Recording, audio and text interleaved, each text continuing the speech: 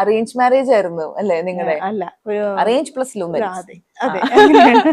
അപ്പൊ ഞങ്ങൾ ഒരേ നാട്ടുകാരാണ്. ആ. അപ്പം ജിത്തുവിനെ കണ്ടിട്ടുണ്ട്. അപ്പൊ ജിത്തുവിന് അങ്ങനെ ഒരു ആഗ്രഹം പറഞ്ഞു. ജിത്തു അത് ആദ്യം പോയി വീട്ടിലാണ് പറഞ്ഞത്.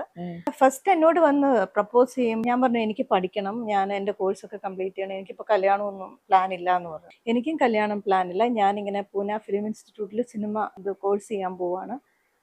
എനിക്ക് സിനിമയാണ് ഇഷ്ടം. അപ്പൊ ഫസ്റ്റ് ഞാൻ ചോദിച്ചു വാങ്ങും നിങ്ങൾക്ക് വേറൊന്നും കിട്ടിയില്ല എന്നാണ്. പിന്നെ കല്യാണം കഴിച്ചു, 2 പിള്ളേരായി.